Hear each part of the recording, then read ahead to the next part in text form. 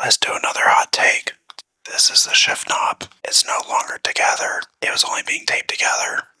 Let's talk about another hot take here, because the auto industry is a weird place to be in right now, and it's no weirder for anybody else than Nissan, Honda, and Mitsubishi right now. Let's talk about it. I'm drinking root beer right now. If you don't like root beer, you're wrong. So let's talk about what's happening with Nissan right now. So they're in a very sad place. Infinity's failing, Nissan's failing. They're not really making competitive vehicles. I mean, you've got a turbocharged four-banger and a luxury SUV with a CVT. Come on. That's such a half-assed effort on any competitive luxury SUV. But don't get me wrong, their vehicles are actually kind of pretty. Fight me.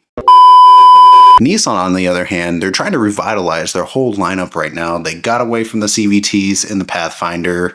Now the Pathfinder's this big brolic-like SUV to try to take down the Telluride and Honda Pilot and such. It ain't happening. But it's a good effort.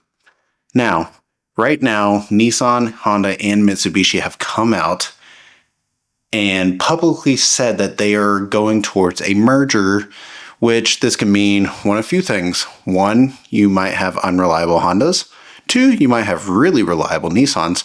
Or three, you might have really reliable Nissans with powertrains from Honda for the price of a Mitsubishi. Nobody knows as of now. My personal thought on this is that it's going to be like what Hyundai did to Kia back in the 90s when Kia was about to go bankrupt, and Hyundai was like, all right, let's give you some money. And yeah, it kind of brought them out of, bad places.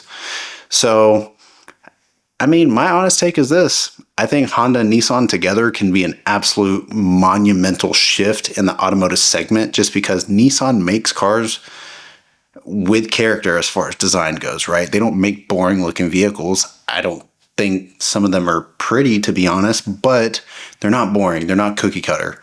Honda, on the other hand, absolutely does. But they make decently reliable cars. And before you say decently, Honda is being investigated for like 1.4 million engines that are about to explode. So is Honda really super reliable now? Jury's out on that. But historically, they always have been. And so is Nissan, honestly, if you take out their CVT fiasco. So I don't think anything but greatness will come out of this Nissan, Honda, and yes, Mitsubishi merger.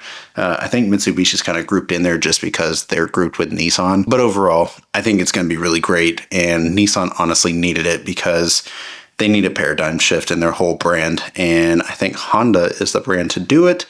So who knows? Maybe we'll get Honda GTR NSX crossovers, or maybe we'll get a 240SX back. That might be a rebadge, Civic Type R, or something else, maybe a new S2000 for rear-wheel drive purists. Nobody knows.